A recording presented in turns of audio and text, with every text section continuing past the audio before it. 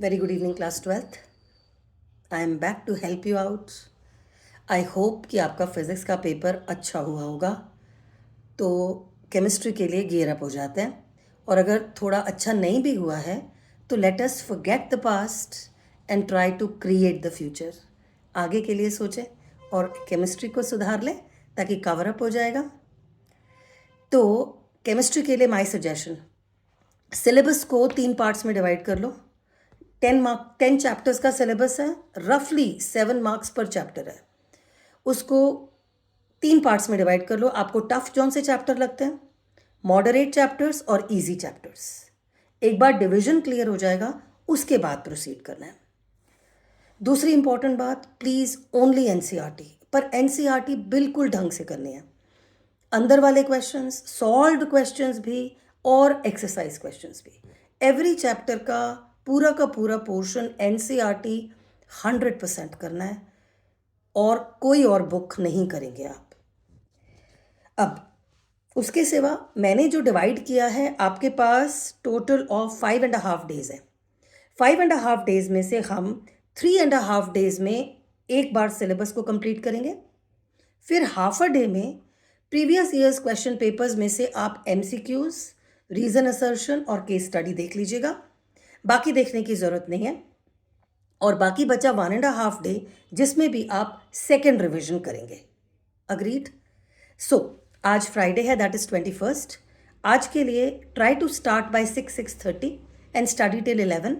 इस पोर्शन में you will only be doing the tough chapters. जो मुश्किल चैप्टर्स लगते हैं वो आज करेंगे और कल भी वही करेंगे। कल सैटरडे को अगेन डिवाइड कर दीजिए दिन को, लंच से पहले और लंच के बाद।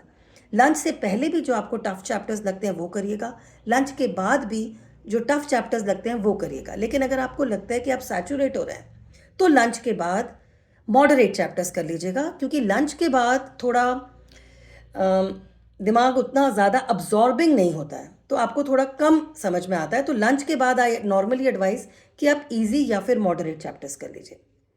थर्ड डे फिर से लंच से पहले जो मुश्किल लगते हैं चैप्टर्स वो करिए और लंच के बाद मॉडरेट एंड इजी चैप्टर्स करिए। 24th मंडे लंच तक आपका सिलेबस खत्म हो जाना चाहिए। लंच के बाद 24th दैट इज मंडे को आप प्रीवियस ईयर्स क्वेश्चन पेपर्स में से एमसीक्यू, रीजन असर्शन और केस बेस को प्रैक्टिस कर लीजिएगा। अब आते हैं 25th पर।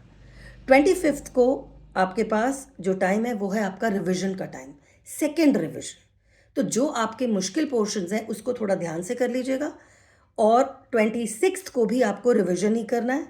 26th को कोई लेट नाइट नहीं, wind up in time so that you get up fresh in the morning. अब दूसरी इंपॉर्टेंट चीज़ क्या है, जब आप फर्स्ट टाइम रिवीजन करेंगे, मतलब फ्राइडे आज, सैटरडे, संडे और मंडे हाफ डे तक, तो एनसीईआरटी करते हुए ब्राइट कलर के स्केच पेन से वो वाला पोर्शन अंडरलाइन कर लेना जो आपको अभी भी मुश्किल लगता है, सिर्फ वो वाला पोर्शन। अगर आप ये मेरे पहले वाले वीडियोस फॉलो कर चुके हैं तो ये आइडिया मैंने तब भी दिया था। तो तब अगर आपने येलो स्केच पेन यूज़ किया तो अब स्केच पेन का कलर चेंज कर लीजिएगा, ताकि अब आपको पता है कि आपका कौन सा वीक एरिया है, उसी को पॉलिश करना है। मंडे को जब आप क्वेश्चन पेपर्स कर लेंगे और ट्यूसडे को जाएंगे, तो ट्यूसडे को आपका स्ट्रेस पॉइंट वो वाले पॉइंट्स होंगे जहाँ पे आपने अंडरलाइन कर रखा है स्केच पेन से, जो आपको मुश्किल लगता है।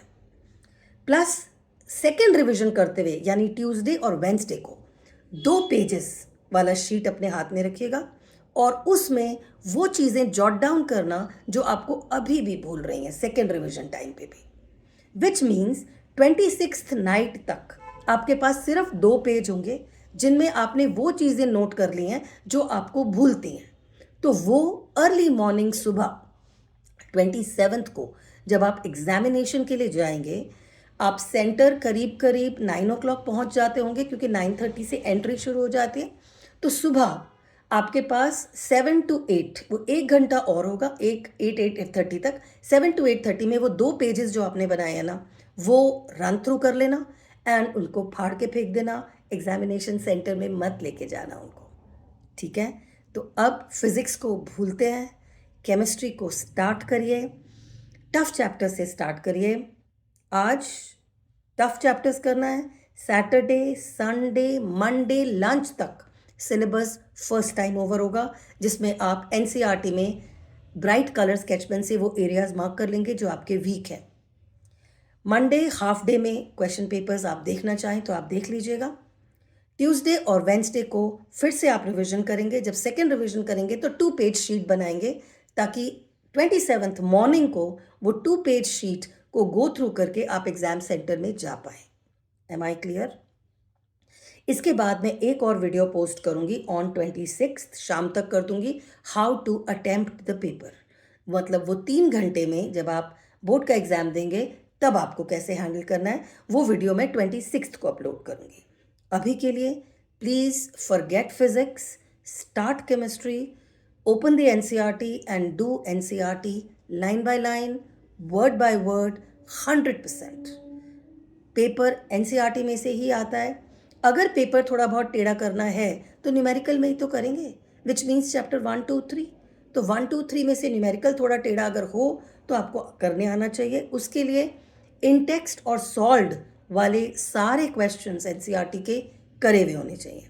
बाकी बचा बुक वॉल्यूम 2, सारा ऑर्गेनिक है, उसके अंदर की lines, everywhere every line you can have a question. Her line में से 1 मार्कर बन जाता है। तो एनसीईआरटी को बहुत सीरियसली पढ़िएगा। सब कुछ भूल के केमिस्ट्री पे फोकस करिए और let us cover up the physics with the chemistry. All right, wait for my next video on paper attempting and how to manage your reading time for 26 evening को मैं वो वीडियो भेजूंगी, जब तक आप 2 रिविजन्स कर चुके होंगे और आपका 2 पेज शीट ऑलमोस्ट रेडी होगा। All the best, do very well, no stress, start chemistry with a positive attitude. Bye for now, do well.